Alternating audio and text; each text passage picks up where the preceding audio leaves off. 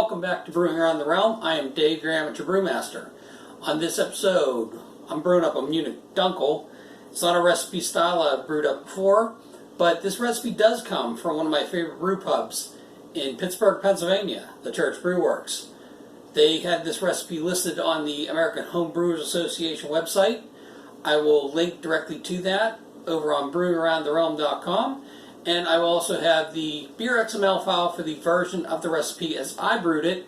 There are always differences between the original recipe and the recipes as I brew them.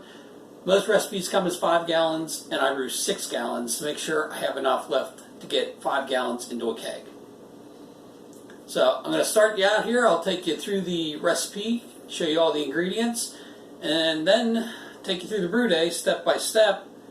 Come back afterwards and I'll let you know how the beer came out. Today's grain bill is Munich, Pilsner, Melanoiden, Carafoam, Cara Aroma, and Carafa 2. Put some baking soda and gypsum into the mash water today. Today's hops are Perle and Tettnang. The Whirlflock and yeast nutrient go in 15 minutes left in the boil. Today's yeast is German lager yeast from White Labs, that's WLP 830. You can get the entire recipe with all of the amounts and ingredients on brewingaroundtherealm.com. You can download that in beer XML format. Just stop on over there and check it out. Today we are doing a decoction mash, so it's a 2-step mash today. Target strike water temperature was 152. Grain temperature is at 58. This will rest at 140 for 35 minutes, and then I'll move on to the second stage. After 35 minutes, I poured my 1 gallon decoction, boiled that on the stove for about 10 minutes, then returned it to the mash. The mash continued on for another 45 minutes.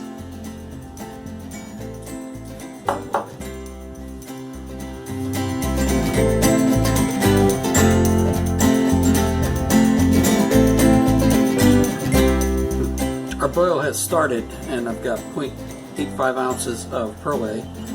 Just dump that in. There really aren't any additional additions here until we get to 20 minutes left. 20 minutes left. You can go to 0.85 ounces of Tettnang.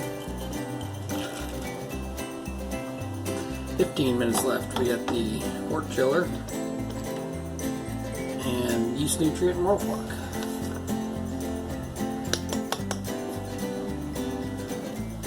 Once the 60-minute boil is complete, I chill the wort down to about 80 degrees and then filter it through a metal strainer into a bucket to remove trub and hop debris.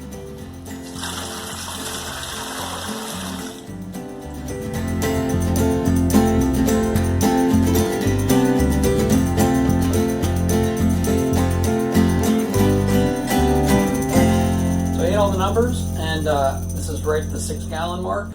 I'm going to pitch this yeast in, and I know I'm using WLP 830 lager yeast.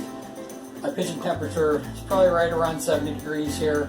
I know that's a little warm, but I'm going to put it in the closet, and the closet temperature is around 57. So I think this will be good, and this will cool down overnight, but let's get this in here.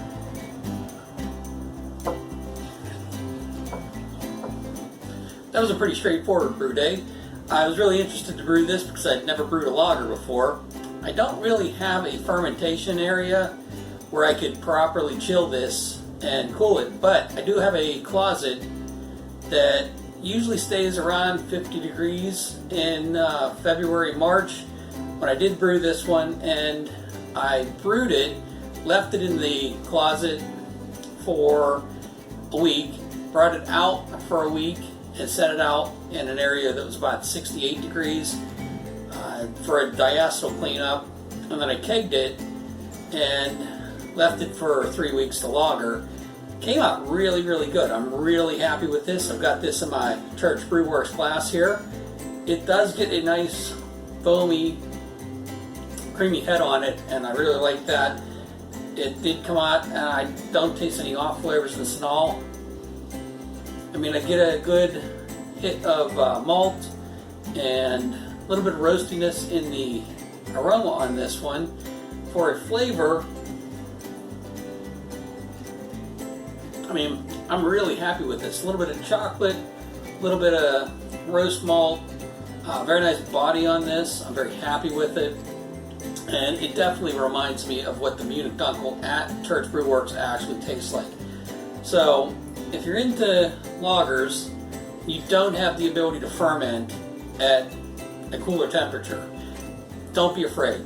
I wasn't so sure that was going to work out. This really worked out for me. I recommend you go out and give it a try. Lagers are not something I'm going to make a lot of, but I really do think that people are artificially afraid of making a lager. I don't think there's any reason to be afraid of it. Even if you can't get that down to temperature, you can still do it. And then when you keg or bottle, just put it in your refrigerator for 3 weeks, and it will be perfectly fine. This keg's almost kicked. It's been a very popular choice here when everybody's going to get a beer out of the kegerator. So I recommend everybody brews this. If you like dark beers, you like Munich lagers, definitely go out and give this one a try.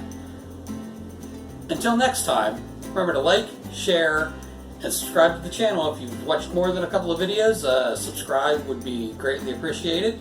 And thumbs up, thumbs down, they both work.